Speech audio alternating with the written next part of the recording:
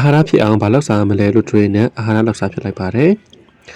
လောက်နီးလေးကိုပြန်ပြီးပြောရမယ်ဆိုရင်ပါမုတ်လေး3ချက်ကိုထည့်လိုက်တယ်ပါမုတ်တွေကလုံးဝအရှုံမပါဘူးတခြားမပါဘူးပြီးရင်တော့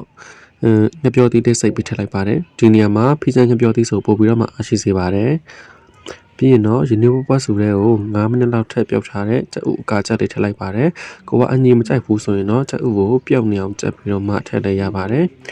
ပြီးရင်တော့ချိုလေးစားချင်တာမလို့အပေါ်ကနေနှုတ်စီလေးဆန်လိုက်ပါတယ်အရှိုအရမ်းမစားချင်ဘူးဆိုရင်နှုတ်စီမထည့်ရင်လည်းရပါတယ်